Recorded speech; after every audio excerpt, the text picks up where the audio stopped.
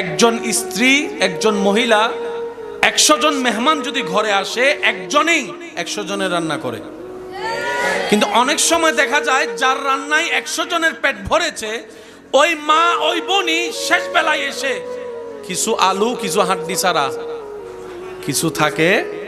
এবার সে মাকে, বোনকে, স্ত্রীকে গিয়ে জিজ্ঞেস করেন, তোমার হাতের রান্নায় তো সবাই পেট ভরে খেয়েছে, তুমি তো শেষ বেলায় এসে কিছু খেতে পারলা না। তখন উনি বলবে, আমার খাওয়া লাগবে না, সবার খাওয়া দেখে আমার মন ভরে গেছে, মন ভরার কারণে আমার পেটের ক্ষুধা চলে গেছে। সুবহানাল্লাহ। একটু বুঝবেন জিনিসটা। পৃথিবীর বুকে বর্তমান সময়ে গোগল মামার দৃষ্টিতে প্রায় 3 থেকে 4 হাজারের উপরে ধর্ম আছে। সব ধর্মের ভিতরে ইসলাম বেস্ট।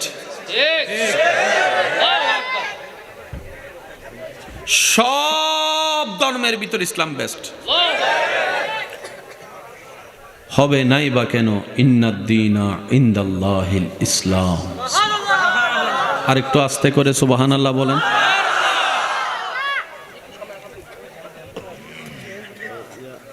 এতগুলা ধর্মের ভিতরে ইসলাম বেস্ট হওয়ার চারটিখানি খেলার কথা নয়।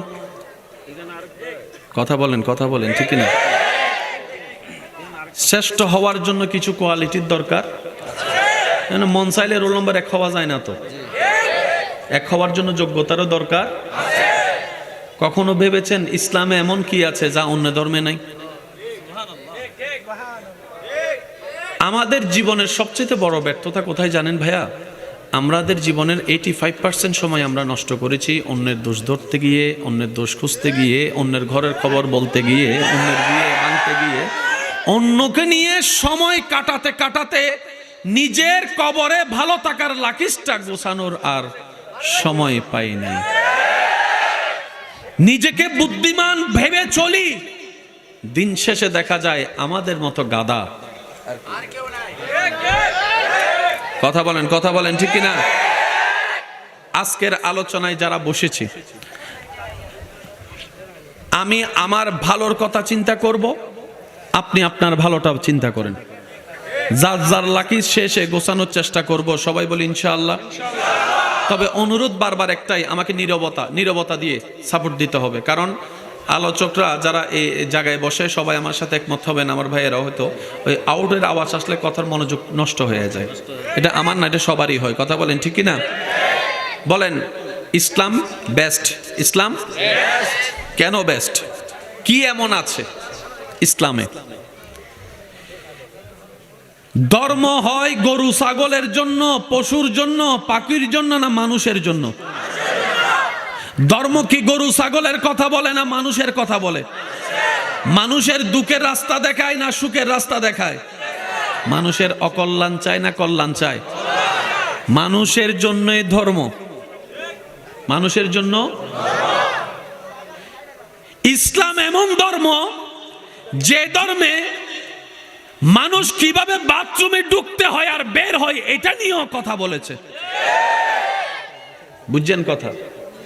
বাথরুমে কিভাবে ঢুকতে হয়, কিভাবে বের হতে হয়, কিভাবে শৌচ কাজ করতে হয়, এটা পর্যন্ত বলতে যে ধর্মে বাদ যায় নাই, এটার নাম ইসলাম।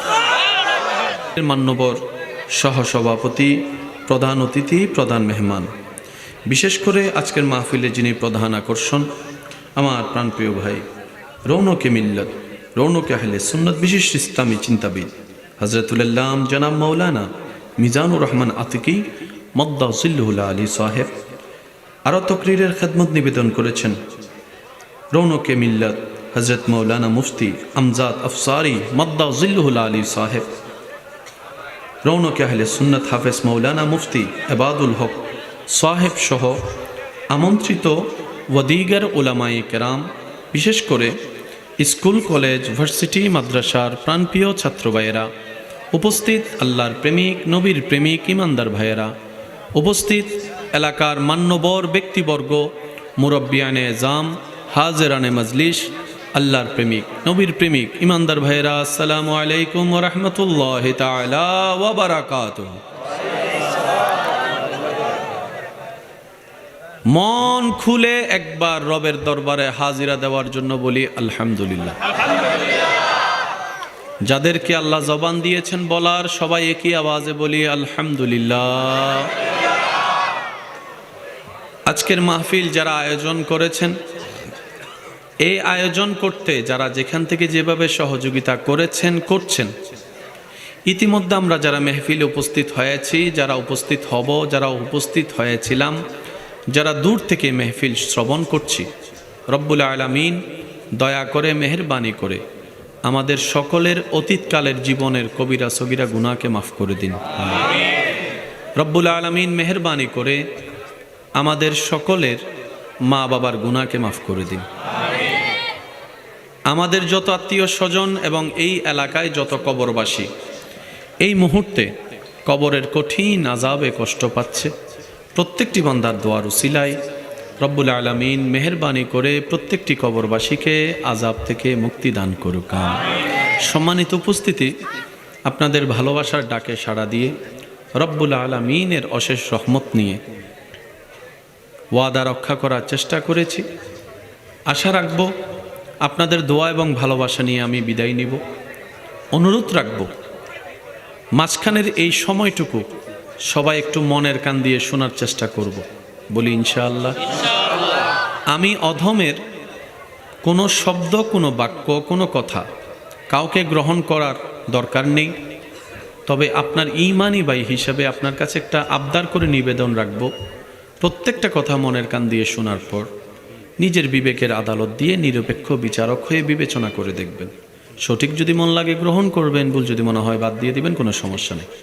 তৃতীয় নম্বর অনুরোধ, আমাকে একটু আওয়াজ দিয়ে সহযোগিতা করতে হবে।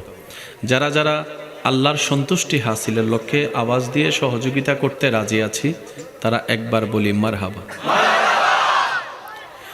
যত উলামায়ে কেরাম আছেন, তালেবুল ইলম ভাইরা আছেন, বাবা দাদা নানার বয়সী যারা আছেন, ওনাদের দোয়াকে মাথার উপর ছাদ বানিয়ে আমার যুবক ভাইদের আওয়াজকে সাথে নিয়ে আমি সামনে এগোনোর চেষ্টা করছি। ওয়ামা তৌফিকি ইল্লা বিল্লাহ। আমি অনুরোধ রাখব সবাই যেন নীরবতার সাথে কাজ করি, ইশারায় কাজ করি, আওয়াজ যেন না করি।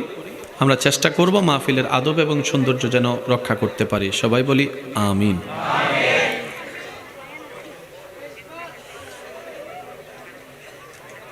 বাস একটু শৃঙ্খলার সাথে বসে যান। মাশাআল্লাহ, জি মাশাআল্লাহ, মাশাআল্লাহ। একবার সবাই উচ্চ আওয়াজে বলি মারহাবা। যুবকের আওয়াজ এত ছোট হলে সুন্দর হয় না, আরেকটু জোরে বলি মারহাবা, আরেকটু জোরে বলি মারহাবা। পৃথিবী ভাইয়া ভাইয়া প্লিজ প্লিজ, মাইকের আওয়াজ যত দূর যাচ্ছে কেউ আর দয়া করে মাহফিলে আইসেন না। ঘরে আছেন, বসে থাকেন, চাঁদ দোকানে চা খান, আমি যাওয়ার পরে সবাই এসেন আবার। আল্লাহ মোহাব্বতকে কবুল করুক। আমরা কি চিরতরে থেকে যাব নাকি একদিন চলে যাব?